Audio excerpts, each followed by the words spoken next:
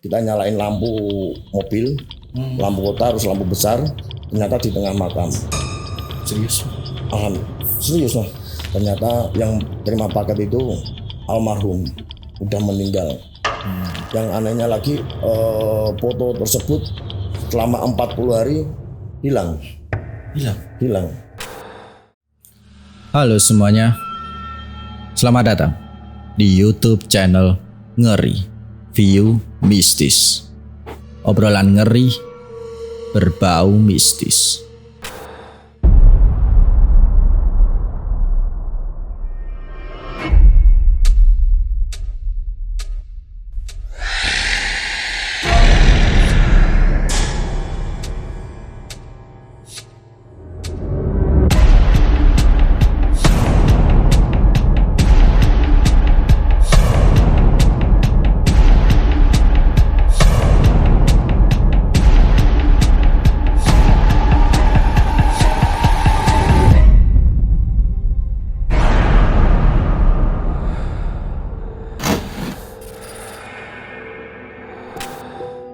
Halo semuanya, kembali lagi di YouTube channel Ngeri View Mistis. Obrolan ngeri berbau mistis. Oke, pada video kali ini kita sudah kedatangan tamu lagi nih. Langsung saja kita sapa orangnya. Halo Mas Dian. Ya, malam. Gimana kabarnya Mas? Alhamdulillah baik Mas. Mas berprofesi seperti apa Mas? Saya sekarang sebagai driver, sopir truk. Supir truk ya? Truk trailer. Oh, truk trailer ya. Mungkin udah berkeluarga Mas sekarang? Sudah. Alhamdulillah. Udah punya anak? Punya anak 1 umur 7 tahun. Alhamdulillah. Ada pengalaman mistis apa nih Mas yang mau diceritakan? Waktu profesi kah? Masih juga tetap profesi dulu sebagai driver, cuman driver paket. Beda ya sama kerjaannya sekarang? Beda sekarang. Kalau sekarang truk trailer. Kalau kontainer. Kejadiannya itu kapan Mas? Dan awal mulanya ceritanya itu seperti apa Mas? Kronologinya dulu tuh waktu tahun 2005 saya sebagai super driver pengantar paket khusus TKW Hongkong di salah satu PT namanya PT JIL di Semarang Utara. Dan kejadian tersebut di daerah Kediri, di daerah Parepare Kediri, setelah pengantar paket salah satu desa, paket itu masih ada 3 paket. Saya mau ngabisin daerah dari kecamatan tersebut. Setelah saya kirim paket ke alamat yang satu ini, mau menuju ke alamat berikutnya. Setelah sebelum saya melanjutkan perjalanan, saya tanya sama pengiriman paket yang pertama tadi, tanya alamat setelah ini alamat ini daerah desa yang saya tuju itu arahnya rutenya kemana.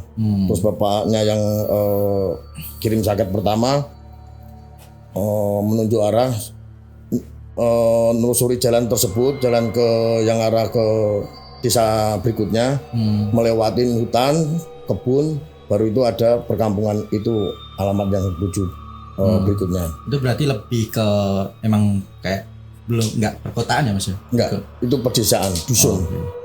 Terus awal mulanya gimana Mas itu yang paket yang kedua itu? Iya, paket yang kedua. Setelah saya pengirim paket melanjutkan perjalanan untuk paket berikutnya, setelah melewati hutan, kejadian itu sekitar jam 7:30 malam.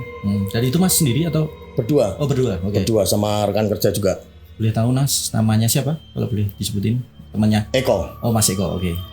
Setelah kita ngikutin anjuran dari rute bapak yang kirim saya paket sebelumnya, setelah ngelewatin hutan, ada perkebunan warga. Setelah itu baru ketemu kampung.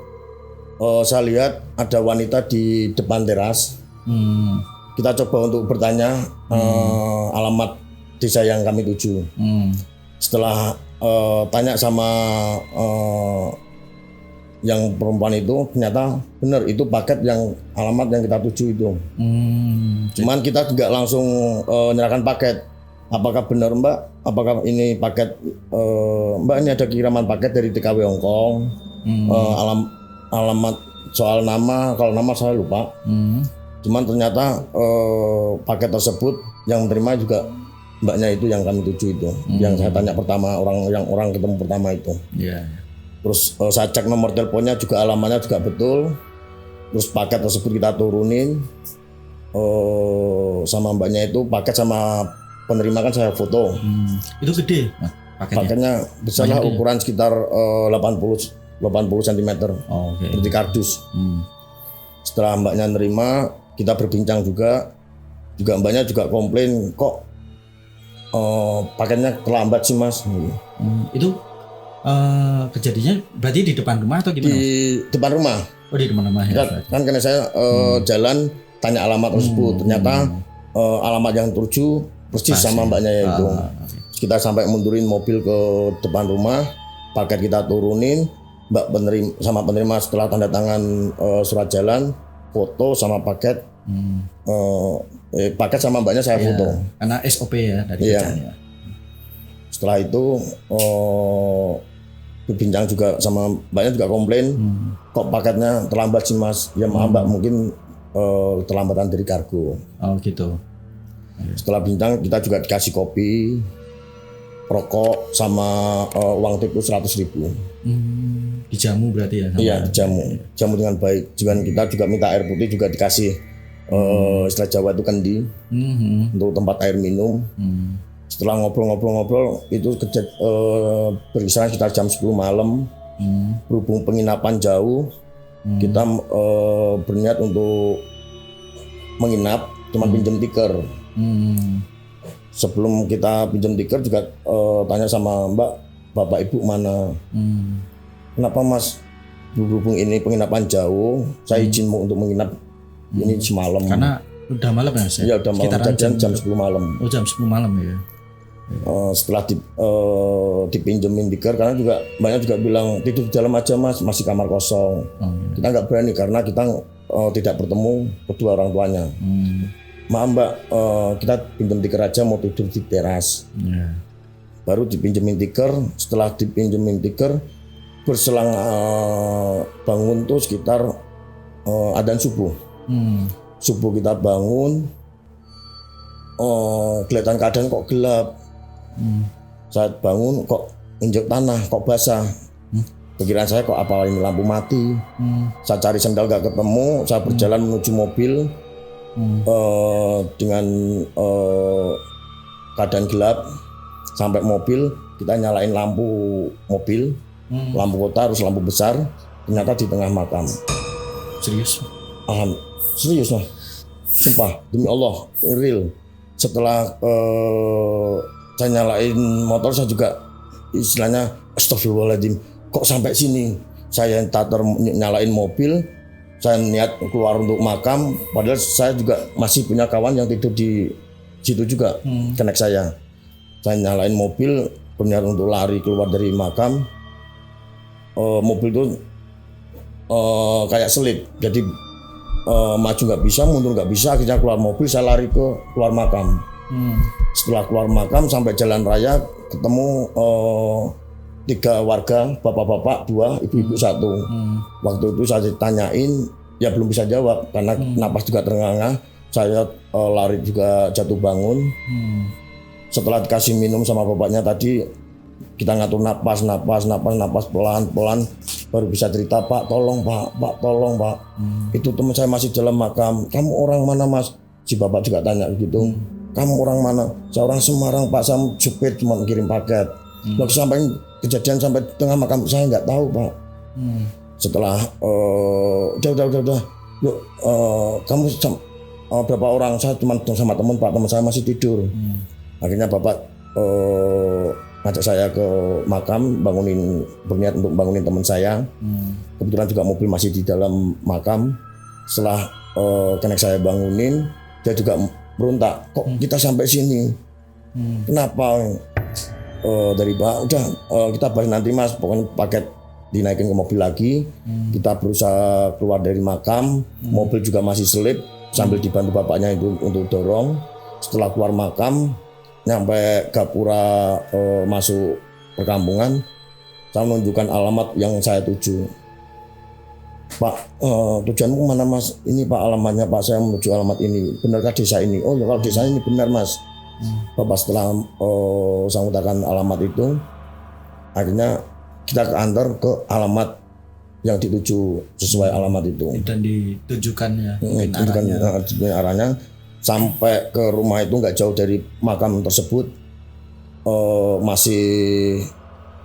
Masih ada ini teratak. Batak. Tenda kayak tenda gitu. Tenda juga masih ada orang keluarga di situ juga. Setelah saya diketemukan sama pihak keluarga dari yang alamat saya tuju itu, akhirnya saya bercerita kalau saya sempat tidur di makam dan penerima paket juga namanya siapa saya juga lupa. Terus dari pihak keluarga yang namanya ibu itu menunjukkan foto apakah ini yang nerima paket. Iya Bu, saya bilang gitu. Ternyata yang terima paket itu almarhum, udah meninggal. Sekitar jam 1, setengah 2-an itu dimakamkan. Saya jam setengah 10 datang. Berarti pada hari itu juga? Ya pada hari itu juga. Oke. Dan kebetulan juga dari teman saya istilahnya kayak ada traumatis. Saya bilang sama pihak keluarga, Bu, ada paranormal atau kiai minta tolong ini teman saya kok gini. Akhirnya teman saya dikasih doa, alhamdulillah bisa sembuh. Terus kita cerita tentang kronologinya dari awal. Di keluarga tersebut juga ada pihak dari juraganya almarhum dari Hongkong. Karena yang nemuin saya semalam itu ternyata almarhum yang punya paket TKW Hongkong. Oh seperti itu. Dari pihak bosnya yang dari Hongkong juga minta ceritanya gimana, kronologinya gimana, kita jelasin. Yang penerjemahnya dari yayasan. Nah, mau nanya dulu Mas. Tadi kan katanya Mas ya dikasih minum ya Mas ya, karena ya kasih minum kopi, kasih uang 100 sama rokok dan garam surya. Nah, pas balik itu masih atau masih? Setelah kita ngobrol sama keluarga, istilahnya pagi itu kita juga setelah dikasih sarapan, kita jam 11 itu sama Pak Kiai suruh nyekar ke makam almarhum. Setelah kita datang ke makam almarhum, di situ kopi 2 masih, rokoknya pun masih. Dan uangnya itu yang saya juga heran tuh sama Pak Kiai itu dikasih apa? Tahu itu diruqyah atau apa? Katanya kalau memang ini nyata ya nyata, kalau enggak katanya bisa jadi daun, kita juga enggak tahu. Nyata juga keluar asap. Namanya kita masih bujang ya nyeplos lah ya kata-kata kok keluar asap. Kayak Agil Darmo saya bilang gitu. Itu juga kebetulan itu juga dimarahin. Setelah itu dan uang tersebut enggak berubah sedikit pun, tetap masih berupa uang. Dari pihak Kiai sebelum saya pulang juga uangnya itu jangan dibelanjakan, tapi juga jangan percaya tentang hal ini. Pokoknya uang ini disimpan, ini kenang-kenangan atau rezeki dari Gusti Allah dari lantaran sama almarhum. Setelah kita habis nyekar, kita pamitan juga sama keluarga, baru kita alah pulang dari Semarang ke Semarang. Dan anehnya lagi uang tersebut saya beliin bensin, namanya saya juga takut. Saya pikir secara nalar pun nggak ketemu. Uang tersebut saya beliin bensin. Seharusnya perjalanan Kediri ke Semarang itu harusnya bensin habis, beli bensin lagi. Ternyata kita sampai perjalanan itu makan juga yang dibawain bekal dari keluarga almarhum. Kita nggak mampir ke warung, makan di mobil, berhenti di mobil. Nggak kepikiran untuk nambah bensin lagi. Setelah sampai cek besoknya ke Semarang, bensin tuh nggak berkurang sedikit pun. Nah, herannya saya juga gitu. Gitu ya. Nah terus pas sampai di Semarang mungkin kan cerita nih sama orang kantor gitu ya Mas ya? Iya, sampai Semarang kita juga sebelum sampai Semarang pun dari kejadian waktu di Kediri pun saya sudah telepon ke kantor, telepon keluarga. Terus pokoknya diburu-buru suruh pulang. Paket yang masih sisa 2 aja pun saya turun ke keluarga yang Kediri yang saya temuin itu. Setelah saya pulang juga cerita ke kantor sama keluarga. Saya juga menggelar pengajian waktu itu. Untuk mendoakan almarhum. Untuk mendoakan doa almarhum.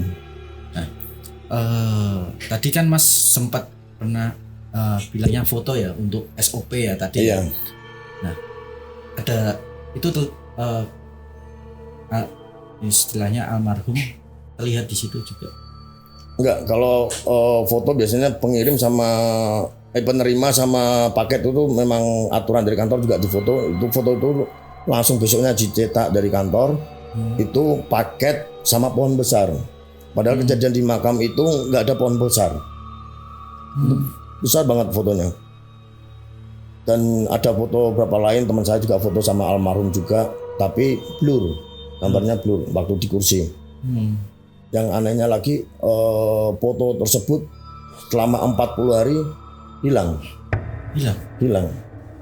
gambarnya, bukan hilang fotonya, hilang gambarnya. Jadi putih. Oke. Nah, ada nggak kejadian setelah itu, mungkin setelah 40 hari hilangnya foto, ada kejadian mungkin sama almarhum mungkin?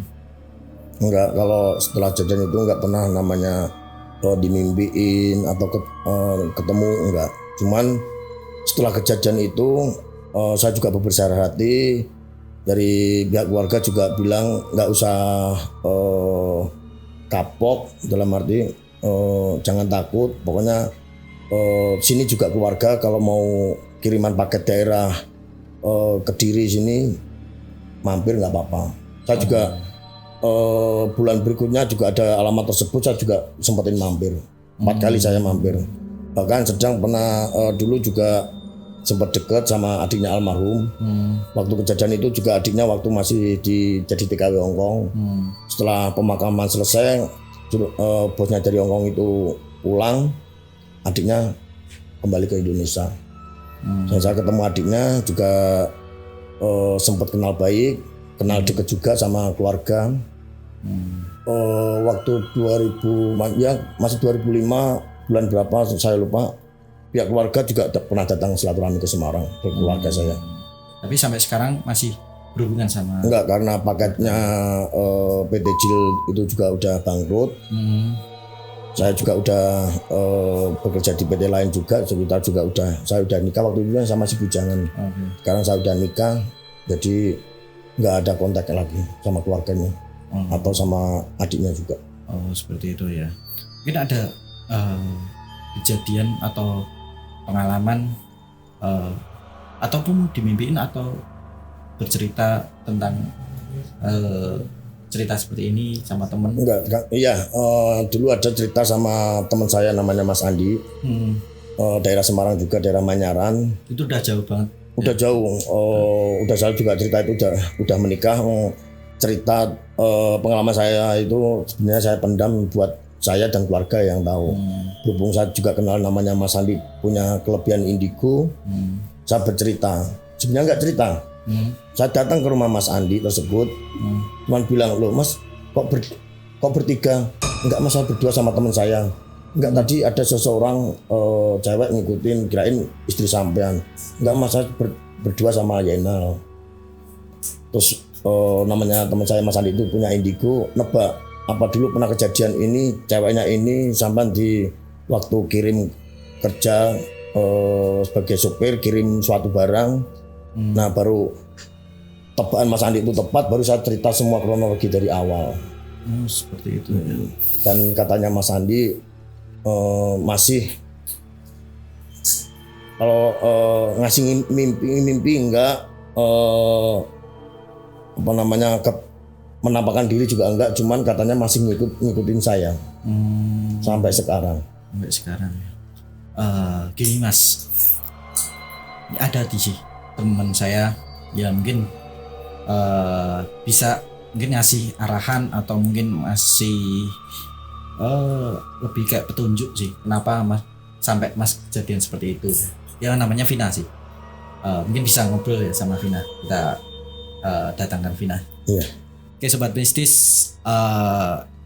nanti kita akan berbincang dengan Mas Dian lagi. Mungkin Vina sudah bergabung di sini. Tunggu saja. Nah.